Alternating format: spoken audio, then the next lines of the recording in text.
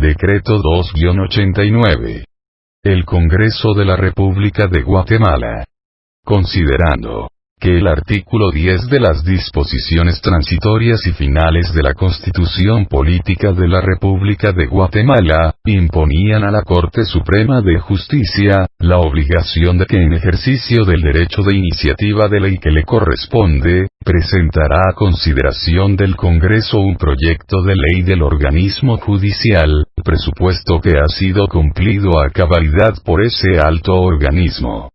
Considerando que es conveniente emitir la ley del organismo judicial propuesta, ya que la misma armoniza las disposiciones fundamentales de organización y funcionamiento del organismo judicial con el ordenamiento constitucional vigente, dando mayor eficacia y funcionalidad a la administración de justicia, constituyendo un cuerpo legal técnico al que se han introducido importantes modificaciones. Por tanto, en ejercicio de las atribuciones que le asigna el artículo 171, inciso A, de la Constitución Política de la República de Guatemala, decreta la siguiente Ley del Organismo Judicial.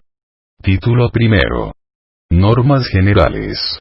Capítulo primero. Preceptos fundamentales. Artículo 1. Normas generales.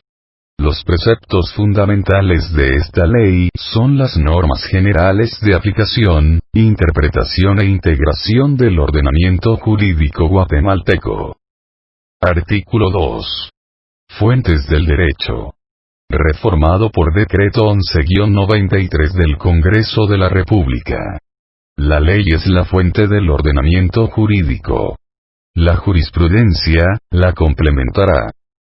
La costumbre regirá solo en defecto de ley aplicable o por delegación de la ley, siempre que no sea contraria a la moral o al orden público y que resulte probada. Artículo 3. Primacía de la ley.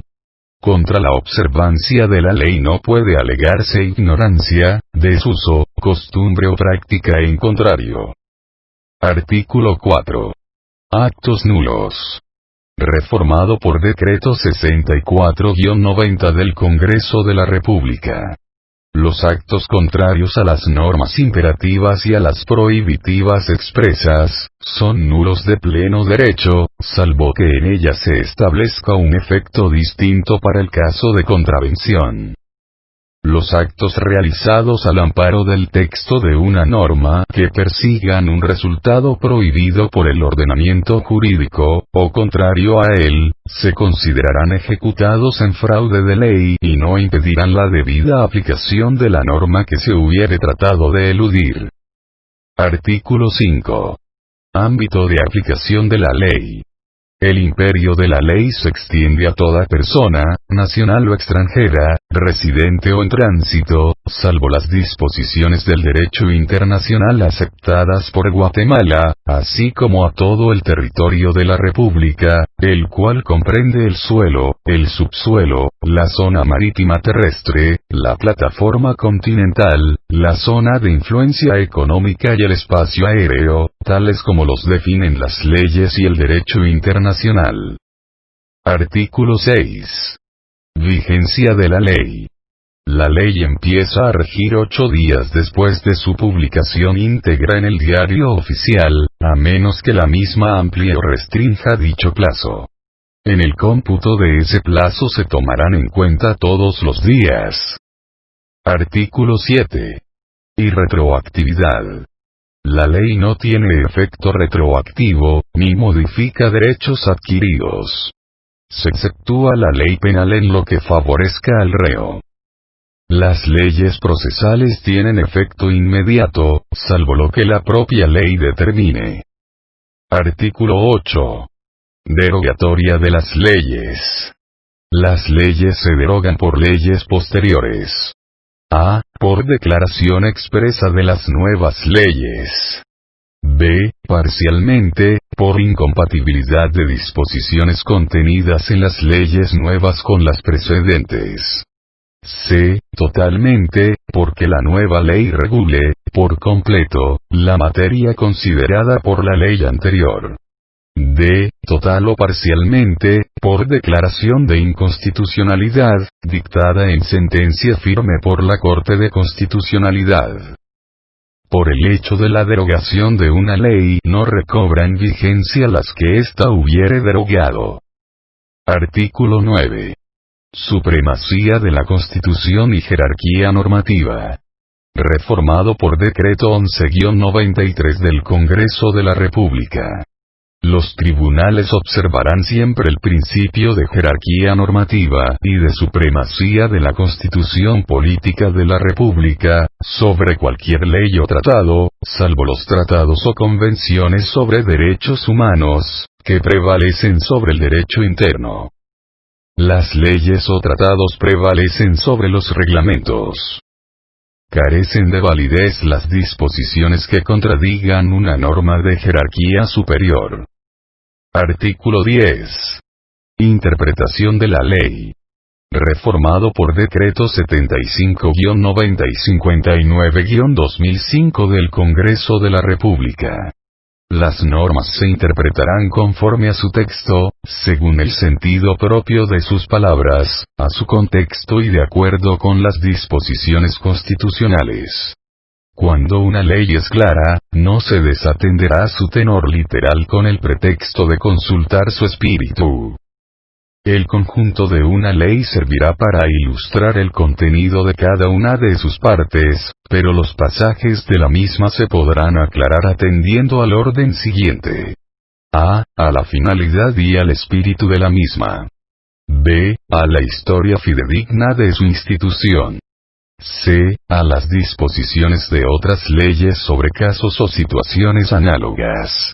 D. Al modo que parezca más conforme a la equidad y a los principios generales del derecho.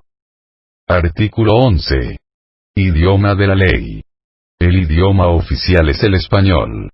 Las palabras de la ley se entenderán de acuerdo con el diccionario de la Real Academia Española, en la acepción correspondiente, salvo que el legislador las haya definido expresamente. Si una palabra usada en la ley no aparece definida en el diccionario de la Real Academia Española, se le dará su acepción usual en el país, lugar o región de que se trate. Las palabras técnicas utilizadas en la ciencia, en la tecnología o en el arte, se entenderán en su sentido propio, a menos que aparezca expresamente que se han usado en sentido distinto. Artículo 12. Integridad de las disposiciones especiales. La ley que tenga por objeto aclarar o interpretar otra ley, no produce efectos respecto a actos ejecutados, ni respecto a la cosa juzgada. Artículo 13. Primacía de las disposiciones especiales. Reformado por Decreto 59-2005 del Congreso de la República, las disposiciones especiales de las leyes, prevalecen sobre las disposiciones generales de la misma o de otras leyes. Artículo 14. Derogado por Decreto 75-90 del Congreso de la República. Artículo 15. Obligación de resolver. Los jueces no pueden suspender, retardar ni denegar la administración de la justicia, sin incurrir en responsabilidad. En los casos de falta, obscuridad, ambigüedad o insuficiencia de la ley, resolverán de acuerdo con las reglas establecidas en el artículo 10 de esta ley, y luego pondrán el asunto en conocimiento de la Corte Suprema de Justicia a efecto de que, si es el caso, ejercite su iniciativa de ley. Artículo 16. Debido proceso. Es inviolable la defensa de la persona y de sus derechos.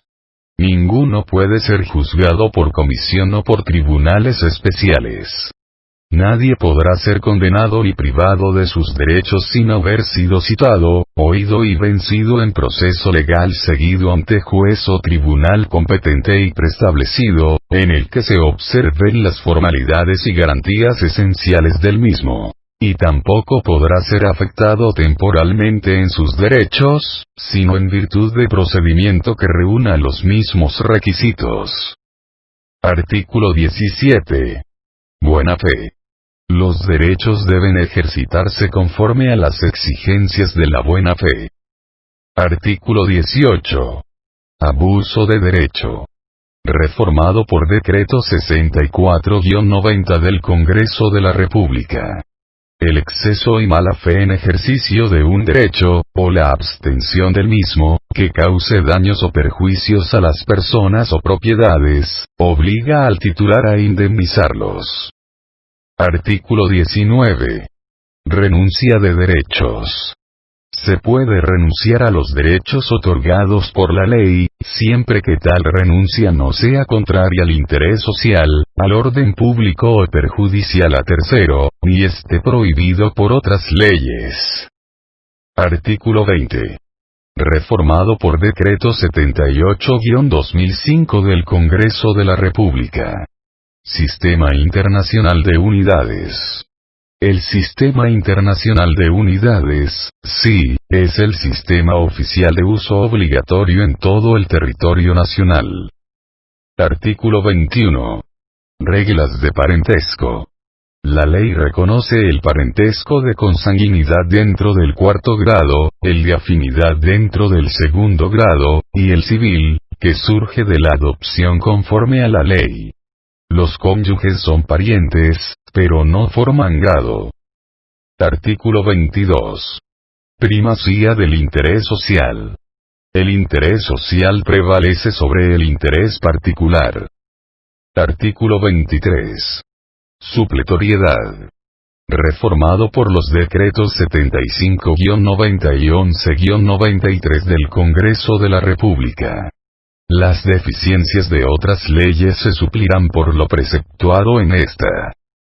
Capítulo 2. Normas de Derecho Internacional Privado. Artículo 24. Estatuto personal. El estado y capacidad de las personas y las relaciones de familia, se rigen por las leyes de su domicilio. Artículo 25. Calificación. La calificación de la naturaleza de la institución o relación jurídica se efectuará de acuerdo a la ley del lugar en que se juzgue. Artículo 26. Derechos adquiridos. El estado y capacidad de la persona individual extranjera adquiridos conforme a su ley personal, será reconocido en Guatemala si no se opone al orden público. Artículo 27. Situación de los bienes. Lex rei citare. Los bienes se rigen de acuerdo a la ley del lugar de su ubicación. Artículo 28. Formalidades externas de los actos. Locus regit actum.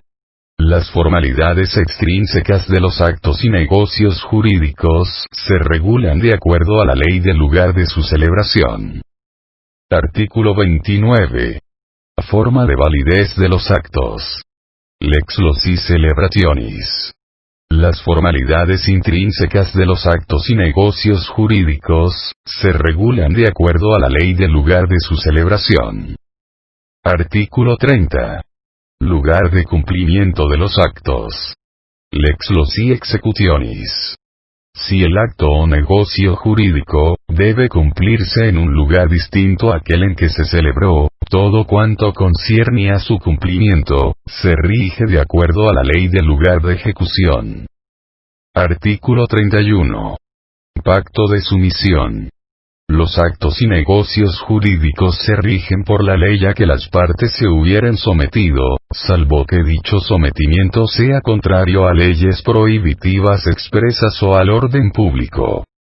Artículo 32. Sometimiento voluntario. En los casos que el acto o negocio jurídico se celebre en el exterior y vaya a surtir efectos en la República de Guatemala, las partes pueden someter dicho acto contrato a las formalidades extrínsecas e intrínsecas que prescriben las leyes nacionales. Artículo 33. De lo procesal.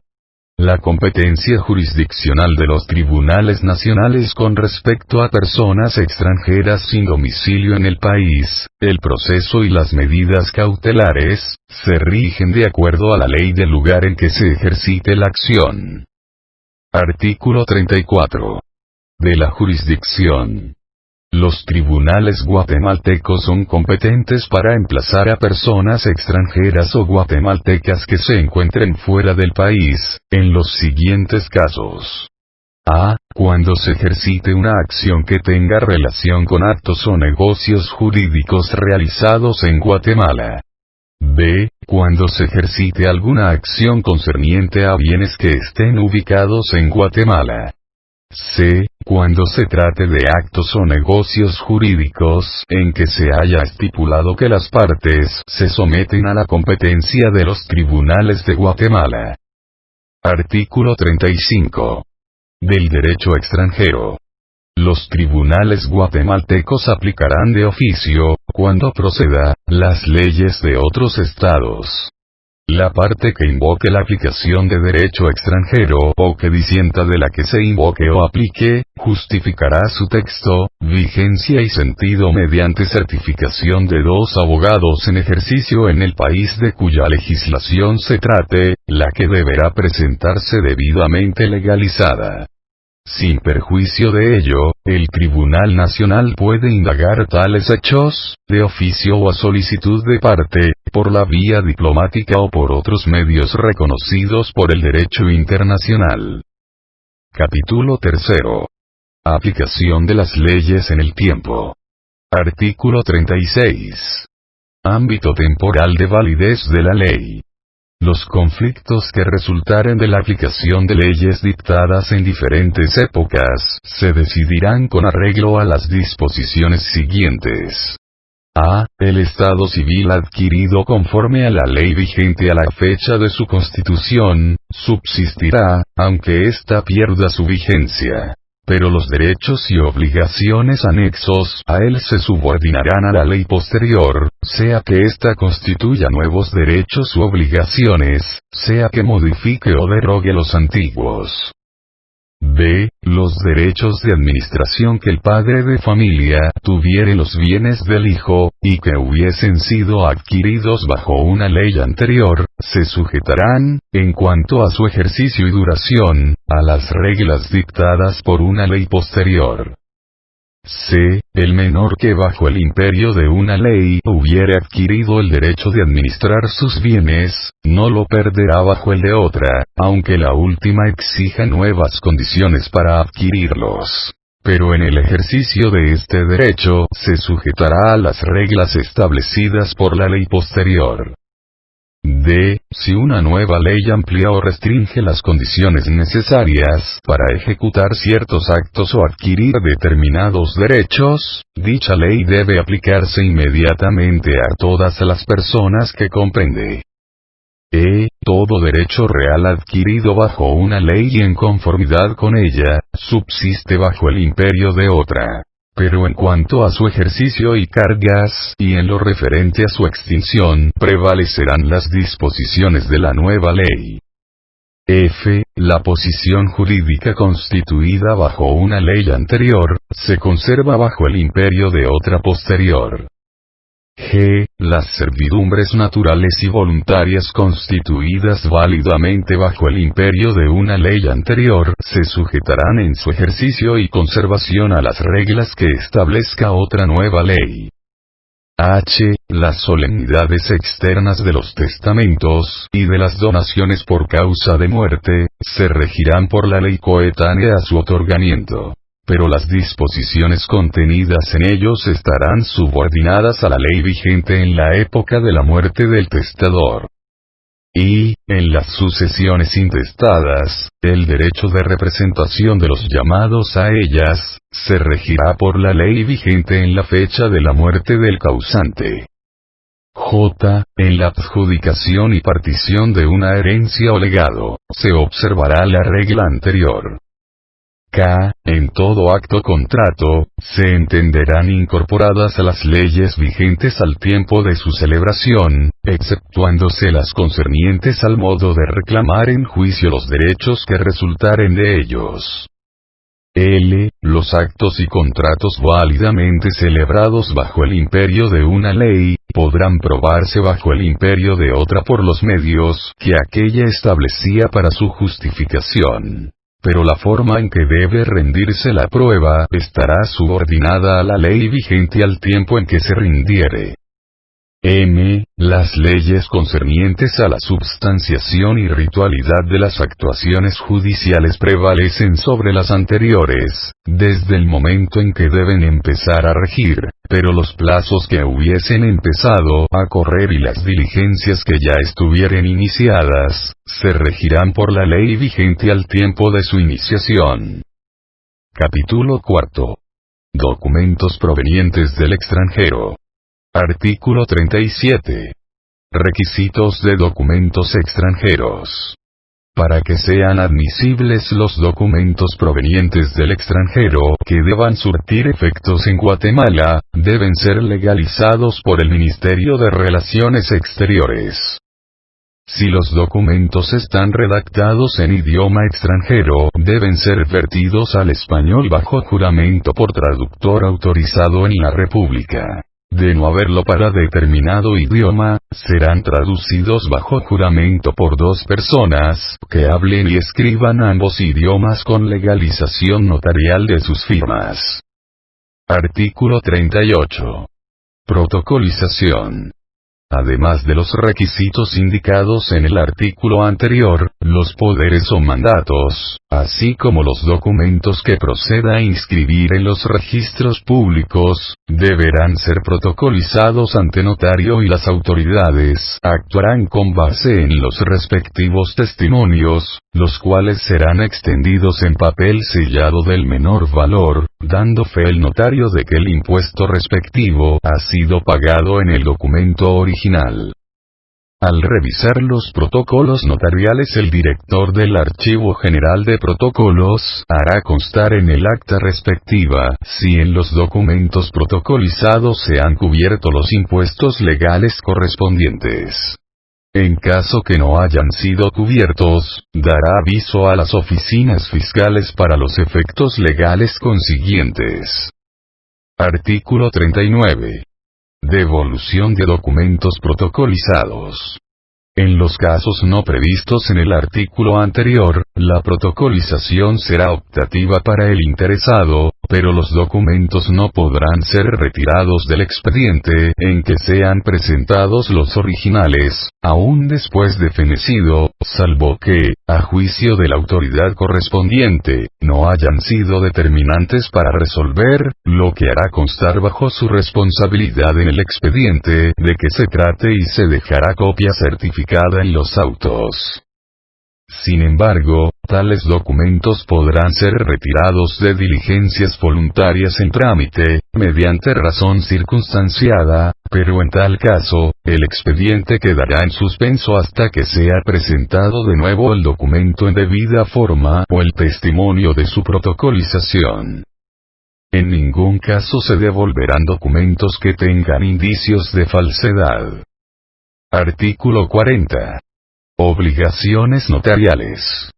Los notarios deberán dar aviso al Archivo General de Protocolos, dentro del plazo de 10 días, de cada protocolización que hagan de acuerdo con esta ley, indicando la fecha y lugar en que fue expedido el documento, funcionario que lo autorizó, objeto del acto y nombres y apellidos de los otorgantes o personas a que se refiera, así como de los impuestos que hubieran sido pagados en el acto de protocolización. El archivo extenderá recibo por cada aviso y llevará índices anuales por orden alfabético de los otorgantes. La omisión o demora del aviso hará incurrir al notario en una multa de 25 quetzales que impondrá el director del Archivo General de Protocolos e ingresará a los fondos judiciales. Lo dispuesto en este artículo es sin perjuicio de la obligación relativa al testimonio especial y al registro de poderes. El testimonio especial deberá contener transcripción o reproducción íntegra del documento protocolizado. Artículo 41. Impuesto de papel sellado y timbres. Antes de la protocolización de un documento proveniente del extranjero o a su trámite cuando sea presentado original, deberá pagarse por medio de timbres fiscales el impuesto de papel sellado y timbres que corresponde. Artículo 42. Régimen especial. Lo preceptuado en este capítulo no es aplicable a documentos regidos por normas especiales, de orden interno o internacional, en todo aquello que se oponga a su naturaleza, finalidad o régimen particular. Artículo 43. Actuación notarial en el extranjero. Reformado por Decreto 64-90 del Congreso de la República. Los funcionarios diplomáticos y consulares guatemaltecos, cuando sean notarios, están facultados para hacer constar hechos que presencien y circunstancias que les consten y autorizar actos y contratos en el extranjero que hayan de surtir efectos en Guatemala. Asimismo, podrán autorizarlos los notarios guatemaltecos y todos lo harán en papel simple, surtiendo sus efectos legales como acto notarial a partir de la fecha en que fueren protocolizados en Guatemala. La protocolización se hará en la forma que establece el artículo 38 de esta ley. Artículo 44. Hermetismo del orden público. No tienen validez ni efecto alguno en la República de Guatemala las leyes, disposiciones y las sentencias de otros países así como los documentos o disposiciones particulares provenientes del extranjero si menoscaban la soberanía nacional, contradicen la Constitución política de la República o contravienen el orden público. Capítulo B. Plazos. Artículo 45. Cómputo de tiempo. Reformado por Decreto 64-90 y 59-2005 del Congreso de la República. En el cómputo de los plazos legales, en toda clase de procesos, se observarán las reglas siguientes. A. El día es de 24 horas, que empezará a contarse desde la medianoche, 0 horas. B. Para los efectos legales, se entiende por noche el tiempo comprendido entre las 18 horas de un día y las 6 horas del día siguiente. C. Los meses y los años se regularán por el número de días que les corresponde según el calendario gregoriano. D. Terminarán los años y los meses, la víspera de la fecha en que han principiado a contarse. En los plazos que se computen por días, no se incluirán los días inhábiles. Son inhábiles los días de feriado que se declaren oficialmente, los domingos y los sábados cuando por adopción de jornada continua de trabajo o jornada semanal de trabajo no menor de 40 horas, se tengan como días de descanso y los días en que por cualquier causa el tribunal hubiese permanecido cerrado en el curso de todas las horas laborales. F. Todo plazo debe computarse a partir del día siguiente al de la última notificación, salvo el establecido o fijado por horas, que se computará como lo establece el artículo 46 de esta ley. En materia impositiva el cómputo se hará en la forma que determinen las leyes de la materia. Artículo 46. Horas. El plazo establecido o fijado por horas, se computará tomando en cuenta las 24 horas del día a partir del momento de la última notificación o del fijado para su inicio. Si se tratare de la interposición de un recurso, el plazo se computará a partir del momento en que se inicia la jornada laborable del día hábil inmediato siguiente. Artículo 47. Actuaciones de urgencia. Cuando hubiere que practicarse alguna diligencia urgente, el juez, de oficio o a solicitud de parte, debe actuar en los días y horas inhábiles, expresando en ella el motivo de la urgencia y haciéndolo saber a las partes. Artículo 48. Plazo de distancia. El plazo por razón de la distancia es imperativo, y la autoridad lo fijará según los casos y circunstancias. Artículo 49. Facultad de señalar plazo. El juez debe señalar plazo cuando la ley no lo disponga expresamente. Artículo 50. Impedimento. Los plazos no corran por legítimo impedimento, calificado notorio, que haya sobrevenido al juez o a la parte. El plazo para alegarlo y probarlo, cuando afecte a las partes, es de 3 días computados a partir del momento en que se dio el impedimento.